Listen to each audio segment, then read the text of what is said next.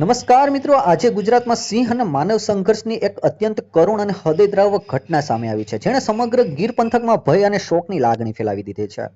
ગીર ગઢડા તાલુકાના પીછવી ગામમાં આજે સવારે એક અત્યંત ગંભીર બનાવ બન્યો છે, જ્યાં રહેણાંક વિસ્તારમાં ઘૂસી આવેલી એક માનવભક્ષી સિંહણે હુમલો કર્યો છે.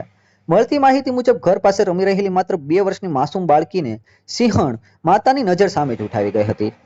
આ દ્રશ્ય જોઈ માતાની ચીસોથી આખો વિસ્તાર ગુંજી ઉઠ્યો હતો, પરંતુ તે પહેલા સિંહણ બાળકીને લઈ અને ગાયબ થઈ ગઈ હતી.